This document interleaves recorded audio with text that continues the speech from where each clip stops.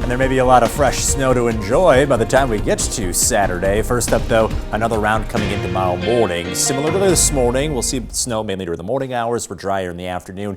Different story, though, when it comes to the intensity of this snowfall. Bursts of heavier snow, so that means it piles up on the roads a lot faster, which means they could be in for some slippery spots or a slippery drive at times during Friday morning, even though we're not getting that much for snowfall. Intro less for totals, but we're going to see some higher impacts here because, again, the heavier nature of those snowfall rates, it's falling faster, and we've got some blustery winds that's going to blow that snow around a lot in the morning. So even though we're not getting much, don't let that catch you off guard over that morning commute. We're tracking this band of snowfall that you see over the Midwest into the Great Plains currently, so that's where our next round of snow comes through. It's going to sweep in by about 8 to 9 o'clock tomorrow morning. Here we are at 9:30, and wanted to just kind of point out where we're getting those bursts of heavier snow. You can see some lighter conditions, but every so often you might see that quick, more intense burst of snowfall they'll have to contend with over the course of the morning hours. We'll continue to have those on and off throughout the morning itself. We get into the afternoon, a lot more spotty as things start to dry out. So I think by the time we get to the end of the day, we are looking at dry conditions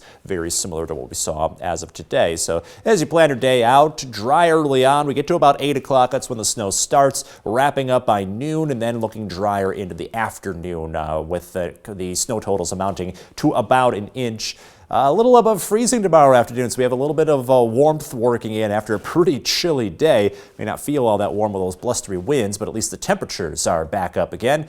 Then looking ahead to Saturday, so there's that increasing potential here that some of our areas could see 3+ inches of snowfall. Details may still change though, so stay tuned throughout the week. And here's one of the reasons why.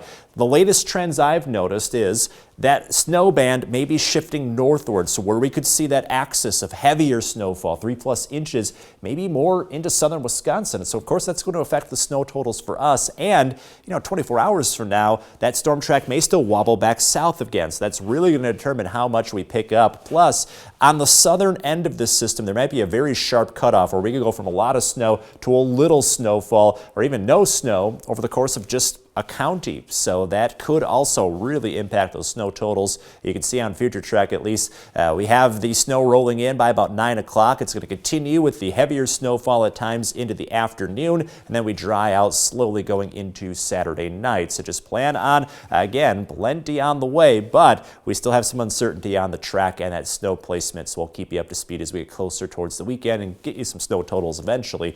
25 only for the high on Saturday. Teens coming then Sunday and beyond. So yes, we get the sunshine back, but we also get some Arctic air to roll into February. In your most accurate 10-day forecast, the weather stays chilly for a while. We may not be back into the 20s by the time we get to next weekend. So it's going to be quite the long stretch with some Arctic conditions. Today's high was around midnight, but you know what? We still hit the bullseye. 39 for the cash total. Hitting the bullseye indeed, Alex. Thanks.